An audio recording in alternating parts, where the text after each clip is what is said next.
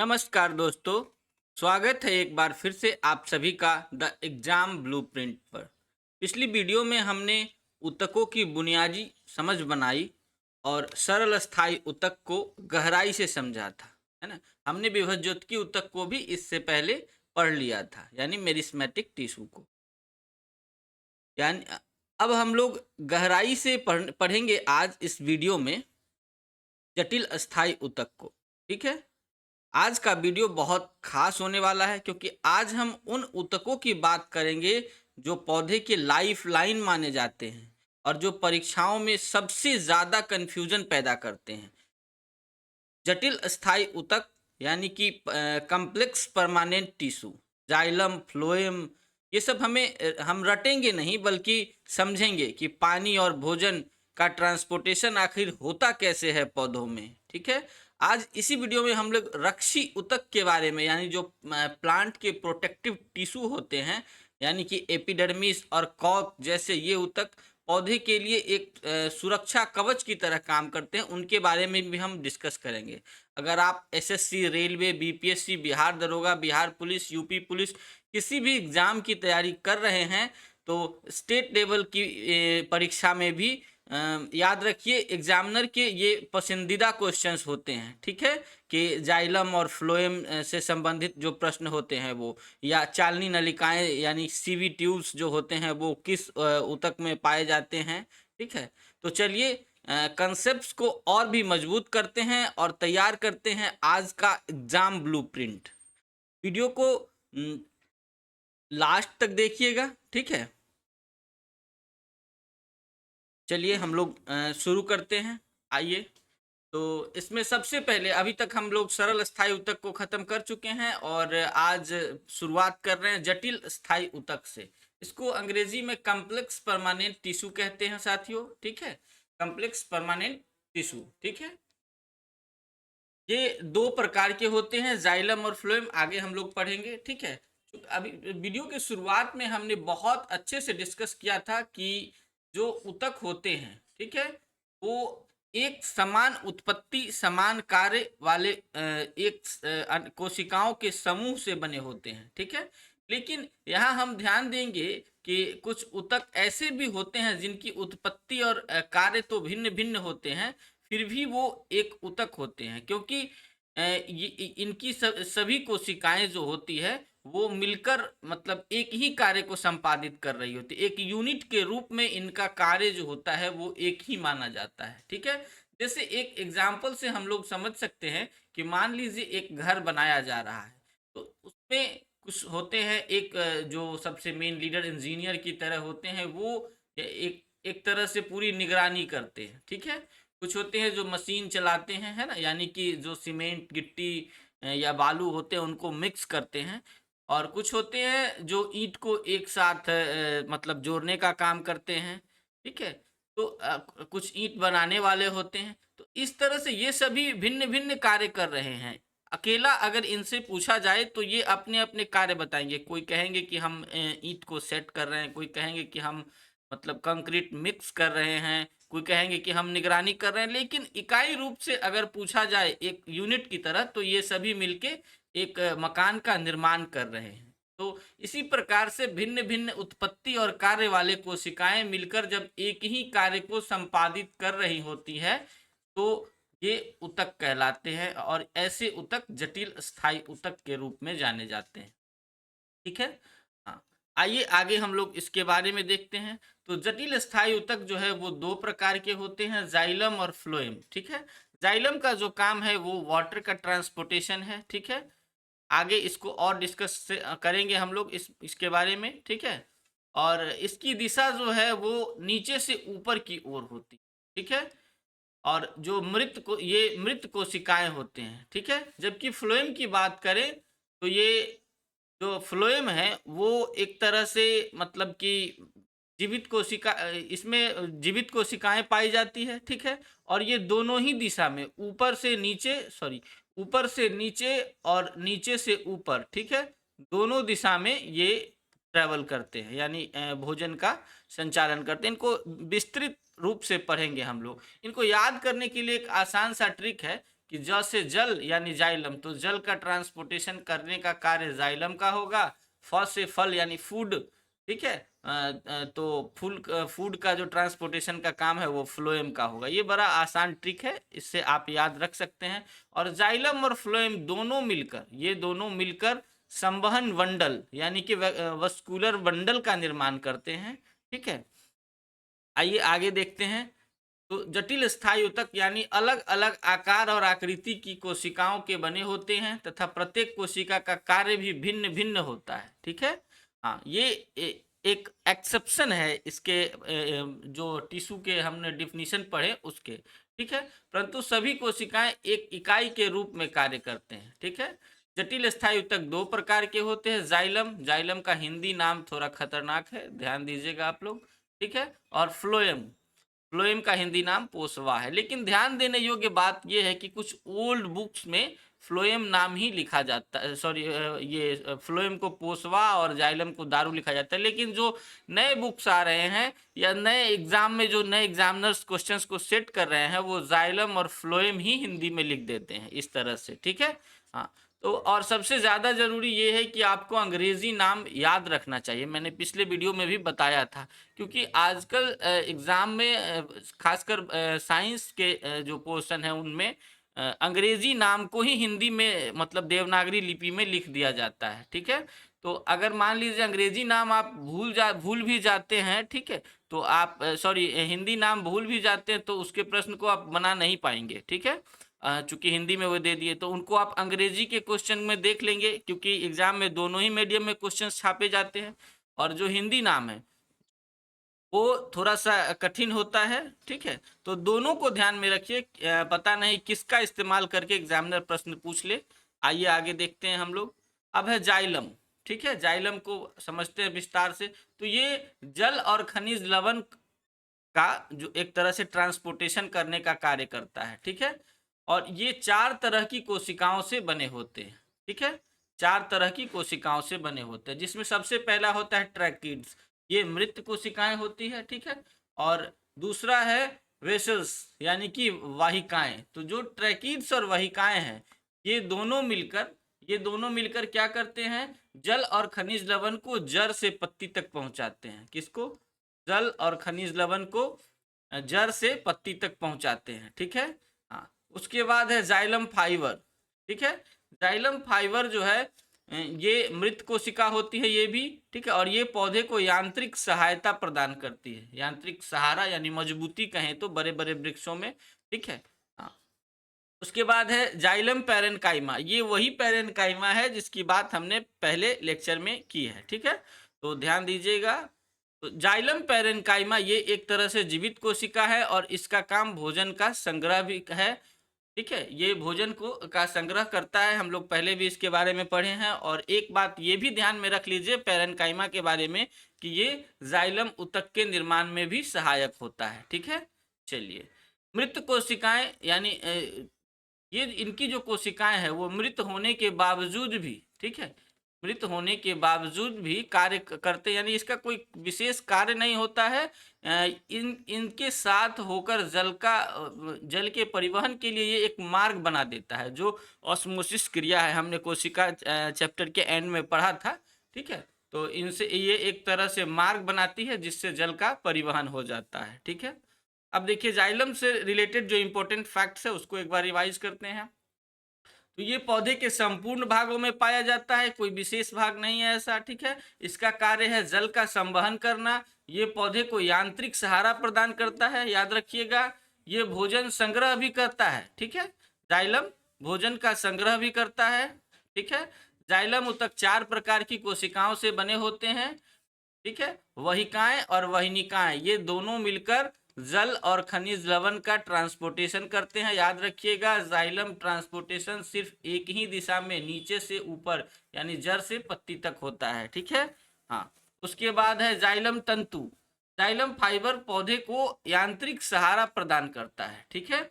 उसके बाद है जाइलम मृदुतक यानी जाइलम पैरेनकाइमा, ये भोजन के संग्रह में और ये जाइलम के निर्माण में सहायता करता है, ठीक है, याद रखिए। आगे देखते हैं हम लोग, इससे रिलेटेड कुछ नोट्स हैं, ठीक है।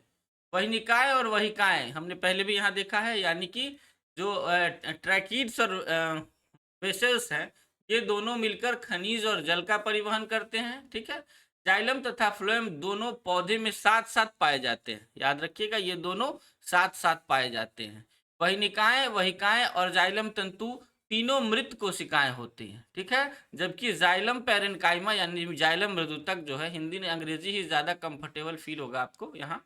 ठीक है, तो जाइलम पैरेन्काइमा जो है वो जीवित कोशिका है, यानी कि 4 प्रकार से की कोशिकाओं से बने होने के बावजूद जो जाइलम है उनके 3 प्रकार की कोशिका यानी वहिकाएं, ठीक है, वहिनिकाएं, जाइलम तंतु, ये तीनों क्या होते हैं, ये तीनों मृत होते हैं। ठीक है, ये तीनों मृत कोशिका है, जबकि जो जाइलम पैरेन्काइमा है ये कैसी कोशिका है, ये जीवित कोशिका है। ठीक है, हाँ, आइए आगे देखते हैं हम लोग।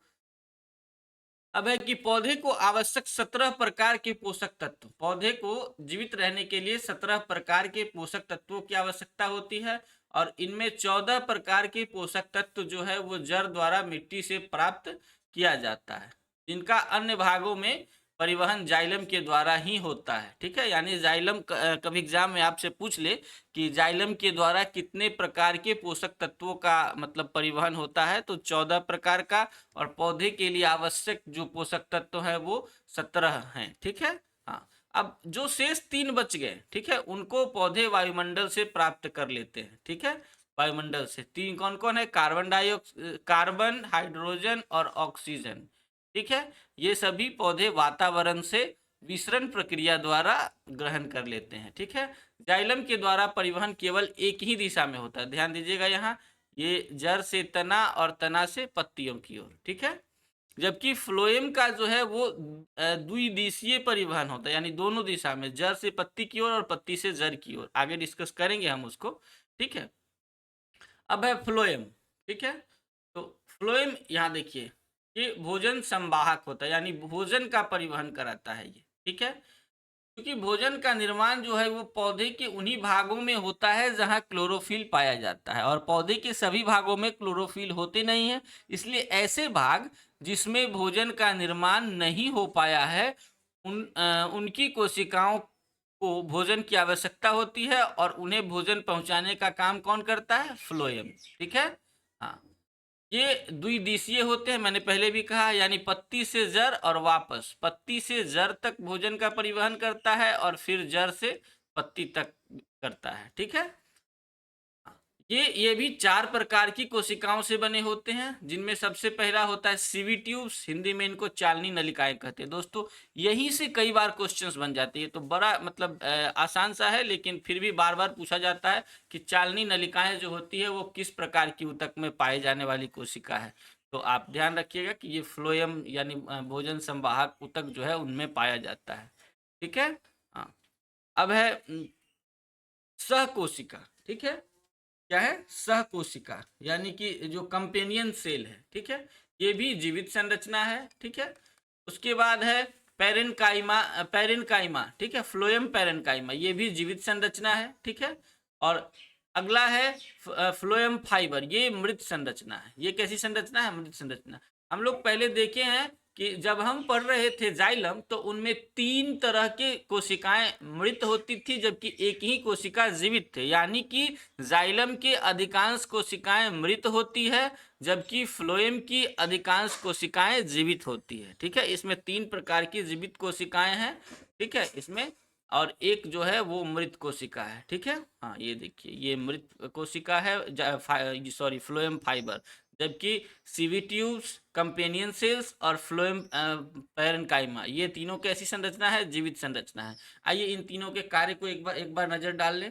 तो जो चालनी नलिका है और कंपेनियन सेल्स है, ठीक है, इन दोनों का काम क्या है, इन दोनों का काम है भोजन का परिवहन करना।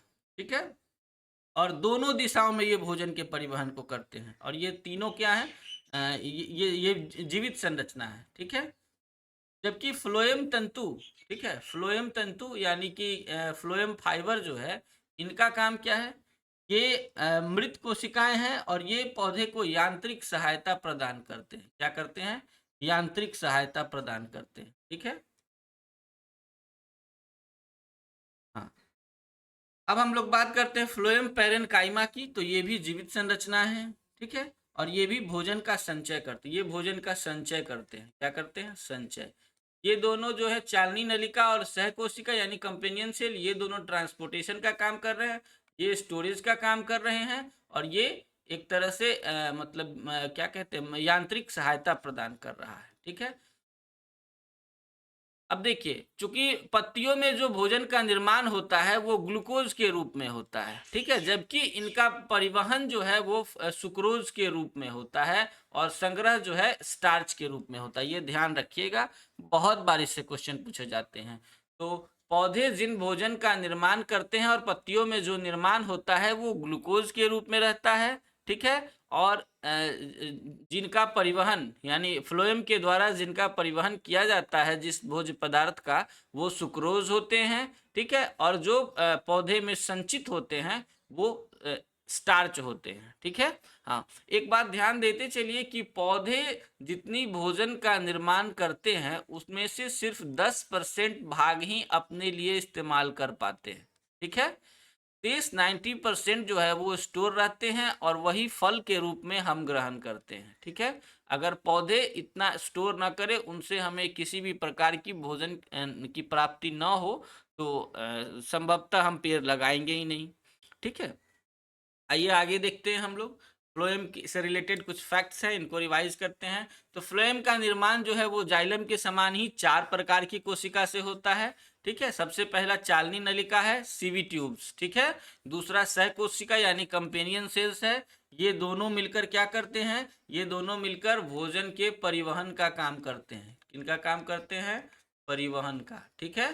हाँ, उसके बाद है ये फ्लोएम पैरेन्काइमा। फ्लोएम पैरेन्काइमा क्या करते हैं, भोजन के संचय का काम करते हैं, ठीक है, स्टोरेज का, ठीक है। और फ्लोएम तंतु जो है वो यांत्रिक सहारा प्रदान करते हैं, ठीक है। हाँ, और ये जो चालनी नलिका और सह कोशिका के द्वारा परिवहन होता है ये द्विदिशीय होता है, ठीक है, याद रखिएगा, यानी 2 दिशाओं में, ठीक है। हाँ, द्विदिशीय मैं इसलिए कह रहा हूँ कि कई एग्जाम में इस वर्ड का इस्तेमाल किया गया है, थोड़ा कठिन जरूर है लेकिन नून होना चाहिए आपके लिए। अगर जान पहचान वाला वर्ड रहता है तो जल्दी समझ में आ जाता है, तो यहाँ चलते रहिए, समझते चलिए आप लोग, ठीक है। अब हम लोग डिस्कस करेंगे कि दोनों में जो मुख्य अंतर है या दोनों को एक साथ कंपेराइज करके समझ लेते हैं, ठीक है। तो जाइलम और फ्लोएम में जो बेसिक अंतर है वो क्या है। तो सबसे पहले जाइलम जल और खनिज का परिवहन करता है, जबकि ये भोजन का यानी सुक्रोज के रूप में भोज्य पदार्थों का मतलब संवहन करता है, ठीक है। इनको वो ले जाने का, पौधे के विभिन्न भागों में पहुंचाने का काम करता है, ठीक है। और ये जल और खनिज लवण जो है वो जड़ों द्वारा अवशोषित किया जाता है और इन्हें पौधे पत्तियों तक तना से होते हुए टहनियों द्वारा पहुंचाता है, ठीक है। जबकि भोजन का निर्माण पत्तियों तक होता है और भोजन को पौधे जड़ तक, ठीक है, सॉरी, जो फ्लोएम है वो जड़ तक पहुंचाते हैं और पुनः जड़ से वापिस कहाँ, तो पत्तियों तक पहुंचाते हैं, ठीक है। जाइलम का जो ट्रांसपोर्टेशन है वो एक ही दिशा में होता है, ठीक है, जबकि फ्लोएम का जो ट्रांसपोर्टेशन है वो दोनों दिशाओं में होता है, ऊपर सॉरी नीचे से ऊपर और ऊपर से नीचे, द्विदिशीय, बाई डायरेक्शनल है, और ये यूनी डायरेक्शनल है, ठीक है, याद रखिएगा। और जाइलम की अधिकांश कोशिकाएं मृत होती है, हमने पहले भी डिस्कस किया है बहुत अच्छी तरह, जबकि फ्लोएम की अधिकांश कोशिकाएं कैसी होती है, जीवित होती है, ठीक है। हाँ, जाइलम में 3 डेथ सेल होते हैं और 1 लिविंग सेल होते हैं, यानी कौन लिविंग सेल होता है, तो जाइलम पैरेन्काइमा, ठीक है। उसी तरह से जो फ्लोएम पैरेन्काइमा है सिंगल एक, वही इसमें लिविंग क्या होते हैं, सॉरी, इसमें जो जाइलम सॉरी फ्लोएम तंतु होते हैं, ठीक है, फ्लोएम तंतु, फ्लोएम फाइबर, वो इसमें डेथ सेल होते हैं, ठीक है। जबकि बाकी के जो सेल होते हैं वो इनके डेथ सेल होते हैं, ठीक है। सॉरी, मैंने उल्टा बोल दिया। जो फ्लोएम तंतु होते हैं वो डेथ सेल होते हैं, जबकि बाकी के तीनों सेल जीवित कोशिकाएं होती है, ठीक है। हाँ, और ये जो है जाइलम, ये पौधे के यांत्रिक सहायता प्रदान करता है और परिवहन का भी कार्य करता है, ठीक है। जबकि फ्लोएम जो है वो पौधे के विभिन्न भागों में भोजन के वितरण का कार्य करता है, ठीक है। आइए अब हम देखते हैं पौधे के रक्षी ऊतक को, ठीक है। हाँ, तो इसके अंतर्गत बाह्य त्वचा और कॉर्क आते हैं, ठीक है। बाह्य त्वचा को एपिडर्मिस कहते हैं और कॉर्क को अंग्रेजी में भी कॉर्क ही कहते हैं। बड़ा ही इंटरेस्टिंग सा टॉपिक है, आइए देखते हैं, ठीक है। सुरक्षात्मक ऊतक जिनको एपिडर्मिस कहा जाता है, मतलब जिनका एक प्रकार एपिडर्मिस होता है, ठीक है। ये पौधे की सबसे बाहरी परत होती है, ठीक है। एपिडर्मिस देखिए यहाँ आपको देखने से दिख रहा होगा, ये जो येलो वाला पार्ट है ये पत्तियों के ऊपर के एपिडर्मिस को दिखाया गया है, ठीक है। ये परजीवी और कवकों से पौधे को सुरक्षा प्रदान करते हैं और जल की हानि को रोकते हैं। आइए देख समझते हैं कैसे रोकते हैं। तो जो मरुस्थलीय पौधे होते हैं, कौन से पौधे? मरुस्थलीय पौधे, यानी कि डेजर्ट में जो प्लांट पाए जाते हैं, कैक्टस, बबूल वगैरह, ठीक है। उनमें ये बाह्य परत में एक क्यूटीन नाम का रासायनिक पदार्थ होता है। ध्यान से नाम याद रखिएगा, इससे जरूर क्वेश्चन बनते हैं। क्यूटीन नाम का रासायनिक पदार्थ, ठीक है, ये रहते हैं। इनका कार्य जो होता है वो पौधे में वाष्पोत्सर्जन को कम करना, ठीक है।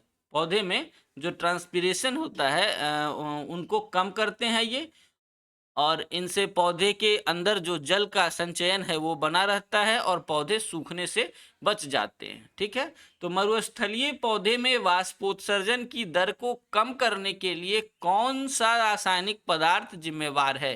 तो आप बताएंगे क्यूटीन नामक रासायनिक पदार्थ, ठीक है, याद रखिएगा। क्वेश्चंस आपसे ऐसे पूछे जाएंगे कि पौधे की बाहरी परत कौन सी होती है, ठीक है, कौन से ऊतक होते हैं जिन्हें सुरक्षात्मक ऊतक भी कहा जाता है? तो एपिडर्मिस, इस तरह से आप कहेंगे, ठीक है।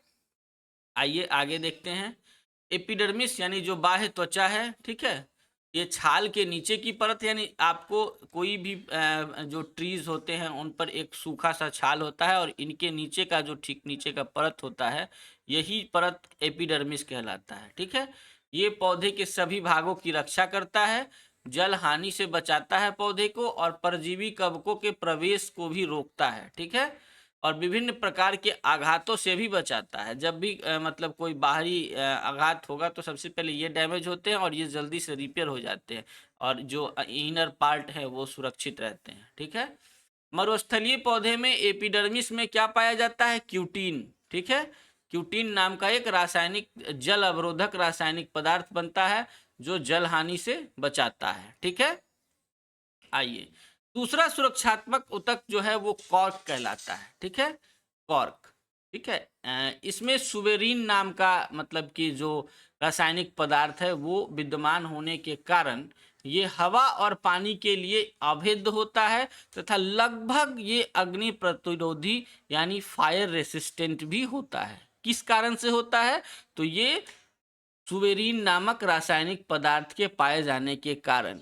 और ये एक तरह से बनते कैसे हैं? तो हमने पढ़ा था कि जो पार्श्वस्थ विभज्योतिकी ऊतक होते हैं, लेटरल मेरिस्मेटिक टिश्यू होते हैं, उनकी बार बार विभाजन करने के बाद जब विभाजन क्षमता समाप्त हो जाती है तो ये कॉर्क में परिवर्तित हो जाते हैं, ठीक है। इनका इस्तेमाल क्या है? चूंकि ये बहुत कठोर होते हैं, ठीक है, इसलिए इनसे खेल का सामान बनाया जाता है, बोतल का ढक्कन बनाया जाता है। आपने फिल्मों में देखा होगा या कुछ लोग आजकल इस्तेमाल भी करते हैं।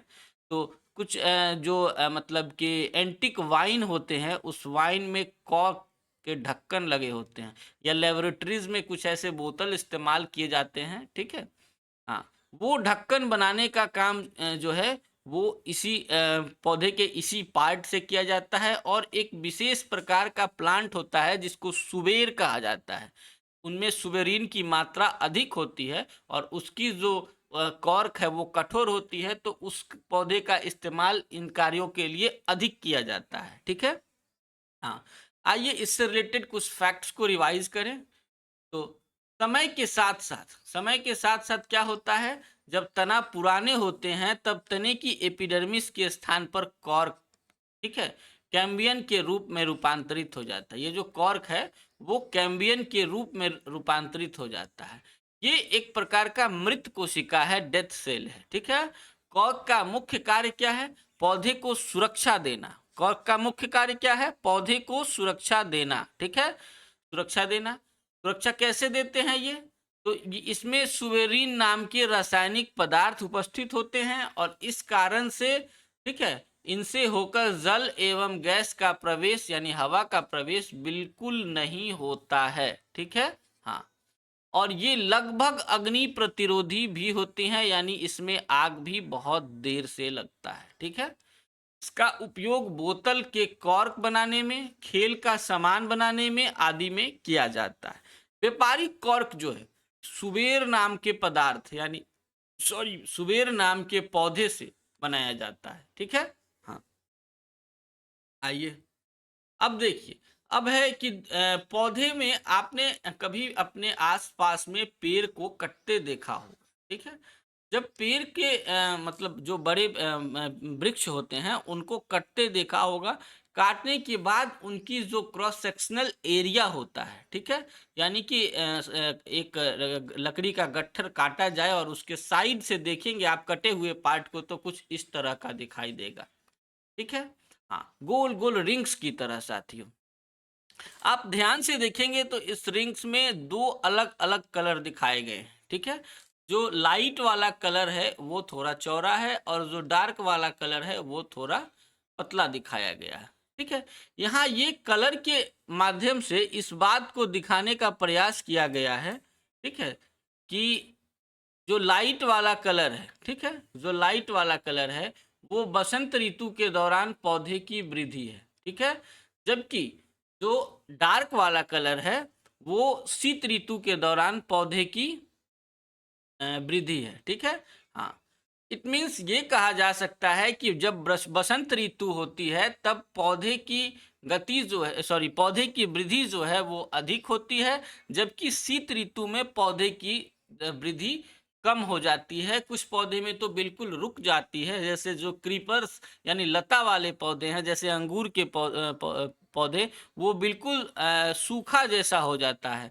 नीम के पौधे को आप देखेंगे तो उनकी पत्तियां झड़ जाती है बिल्कुल, ठीक है। हाँ, और ये काफी कठोर होते हैं और ये डेथ होते हैं, ठीक है, और ये काले रंग के होते हैं, ठीक है, बीच में जो पाया जाता है, ठीक है, ये ध्यान से देखिए। हाँ, और इसके बाद का जो है ये क्या करते हैं, जो लाइट कलर में आपको दिखाया गया है, ये जल संवहन का काम करते हैं, ठीक है। हाँ, क्योंकि ये जो गोल गोल रिंग्स दिख रहा है आपको, गोल गोल रिंग्स, इसको एनुअल रिंग्स कहते हैं, ठीक है। वृक्षीय वार्षिक वलय, वार्षिक वलय या कभी कभी वृक्षीय वार्षिक वलय भी कहा जाता है। तो ये रिंग्स एक साल में निर्माण होता है। जब पौधे को काटने पर ऐसे रिंग्स दिखते हैं तो जितने रिंग्स उसमें होते हैं उतने वर्ष उस पौधे की आयु होती है। जो मतलब क्या कहते हैं, वनस्पति शास्त्री होते हैं या आर्कियोलॉजिस्ट होते हैं, पुरातत्वविद, वो फोसाइल्स को या फिर पौधे के उम्र को इसी वृक्षीय वलय तकनीक के द्वारा उसकी उम्र का पता लगाते हैं, ठीक है दोस्तों। हाँ, यानी यहाँ देखिए आपको दिखाया गया है एनुअल रिंग्स के बारे में कि एक रिंग यानी 1 ईयर, ठीक है, 1 rings is equal to 1 year, ठीक है। हाँ, अब देखिए जो लाइट वाला पार्ट है, ठीक है, बसंत के दौरान लाइट कलर से जो बना हुआ है वो बसंत के दौरान वृद्धि है, यानी बसंत ऋतु में पौधे की जो वृद्धि है वो अधिक तेज वृद्धि होती है, ठीक है। जबकि शीत ऋतु में जो है वो कम वृद्धि होती है और वो डार्क कलर वाला पार्ट दिखाया गया लाइन लाइन की तरह, ठीक है, ये। हाँ, ठीक है। अब एक बहुत ही इंपॉर्टेंट फैक्ट यहाँ ये है कि तटीय पौधे, ठीक है, या ऐसे जगह, केवल तटीय पौधे ही नहीं, ऐसे जगह जहां वर्ष भर मौसम जो है वो समान बना रहता है, ठीक है। हाँ, मौसम में उतार चढ़ाव नहीं देखा जाता है, ठीक है, वर्ष भर मौसम समान रहता है, तो वहां के प्लांट्स में क्या होते हैं, वृक्षीय वलय नहीं बनते, यानी जलवायु समान होती है तो वृक्षीय वलय का निर्माण नहीं होता है। इससे ये स्पष्ट होता है कि वलय तभी बनता है जब पौधे की वृद्धि में रुकावट और तेजी का अंतर होता है, ठीक है। जब पौधे की वृद्धि एक समान जलवायु दशा मिलने से एक समान वृद्धि हो रही होती है तब वलय का निर्माण नहीं होता है साथियों, ठीक है। हाँ, देखिए इनसे रिलेटेड कुछ फैक्ट्स को रिवाइज करते हैं। तो मौसम और ऋतु के परिवर्तन के कारण कैम्बियन यानी कि पार्श्वस्थ विभज्योत ऊतक लिटरल मिरिस्मेटिक टिश्यू की जो सक्रियता में परिवर्तन होता है, ठीक है। और इस परिवर्तन के कारण पौधे में स्पष्ट वार्षिक वलय का निर्माण हो जाता है, ठीक है साथियों। हाँ, यह पौधे के वर्ष में वृद्धि को दर्शाता है, ठीक है। क्या दर्शाता है? पौधे के वर्ष में वृद्धि, यानी एक वर्ष के दौरान पौधे में वृद्धि कितनी हुई। वर्ष भर समान मौसम वाले क्षेत्र में पौधे में वार्षिक वलय नहीं होते हैं, हम पहले भी डिस्कस कर चुके हैं, जैसे कि समुद्री क्षेत्र में। ये एक उदाहरण है, ठीक है। आगे ज्योग्राफी में आप ऐसे क्लाइमेटिक कंडीशंस पढ़े होंगे जहां वर्ष भर मौसम एक जैसे होते हैं, तो वहां के जो पेड़ होते हैं उनमें भी आपको एनुअल रिंग्स यानी वार्षिक वलय, या कहीं कहीं ये भी लिखा होता है वृक्षीय वार्षिक वलय, तो इनका निर्माण नहीं होता है, ठीक है साथियों। आगे बढ़ते हैं हम लोग। अब देखिए, चूंकि प्लांट्स की बात हो रही है, पौधे की बात हो रही है, तो ये एक छोटा सा फैक्ट मेरे दिमाग में आ गया तो यहाँ डाल दिया। चूंकि इनका अध्ययन हम आगे भी दोबारे करेंगे, लेकिन ध्यान देने योग्य बात ये है कि मोनोकॉट्स यानी कि एक बीज पत्री, ऐसे बीज जो एक ही मतलब पत्र से बने होते हैं, वैसे पौधे एक बीज पत्री कहलाते हैं। और जो दो बीज, जैसे चना, मटर, ठीक है, हाँ, राजमा, ये सब द्विबीजपत्री होते हैं, जो दो प्रकार के बीज से बने होते हैं। और एक बीज पत्री में रेशेदार जड़ पाए जाते हैं, और द्विबीजपत्री जो होते हैं उनमें मूसला जड़ पाए जाते हैं। ध्यान देने योग्य बात है, ठीक है। एक बीज पत्री के जो पौधे होते हैं उनकी पत्तियों में शिराएं क्या होती है? समानांतर होती है। ध्यान से देखिए, ये ब्लैक वाला पार्ट जो आपको दिखाया गया है, हाँ। जबकि डायोकॉट्स प्लांट जो होते हैं द्विबीजपत्री, उनमें पत्तियों की जो शिराएं होती हैं वो एक जालिकावत पैटर्न में होती है, ठीक है। हाँ, यहाँ देखिए, ठीक है, रेटिकुलेट जो पैटर्न होता है उनका, वो इसमें होता है। जबकि यहाँ पैरेलल बनाते हैं ये स्ट्रक्चर, ठीक है। तो ये एक कॉमन सा फैक्ट है, आप इसको ध्यान में रखिएगा। क्वेश्चंस आपसे पूछे जा सकते हैं कि एक बीजपत्री पौधे के जड़ कैसे होते हैं, या जो द्विबीजपत्री होते हैं उनकी पत्तियों की संरचनाएं कैसी होती है, ऑप्शन में दे सकता है कुछ भी, तो आप इसको याद रखेंगे, ठीक है। Thank you. आज का सेशन हम यहीं समाप्त करते हैं। हमने जब अभी तक प्लांट टिश्यू जो है उसको डिस्कस कर लिया है। अगले वीडियो में संभवतः 2 पार्ट लगे, ठीक है। अगले 2 वीडियो में हम कोशिश करेंगे कि जो एनिमल टिश्यू है, जंतु ऊतक है, उसको ख़त्म कर दें। इसके बाद एक सेशन हम लंबा लेंगे इससे रिलेटेड, यानी ऊतक से रिलेटेड जो भी इम्पोर्टेंट ऑब्जेक्टिव क्वेश्चन है, ठीक है, एमसीक्यू जिनको कह रहे हैं, हाँ, वो डिस्कस करेंगे। और उनमें ऐसे क्वेश्चन का कंपाइलेशन होगा जो विभिन्न एग्जाम में पूछे गए हैं या पूछे जा सकने की संभावना है। कुछ ऐसे क्वेश्चंस हैं जो या तो एग्जाम में नहीं पूछे जाते हैं, या हमारे सिलेबस में नहीं है, या वो बहुत ही आसान प्रश्न है, ठीक है। तो उनको हम स्किप करने का कोशिश करेंगे, क्योंकि भारी बोझ ढोना हमारी फितरत हो गई है, और इसे अब हम लोगों को कम करना है, ठीक है।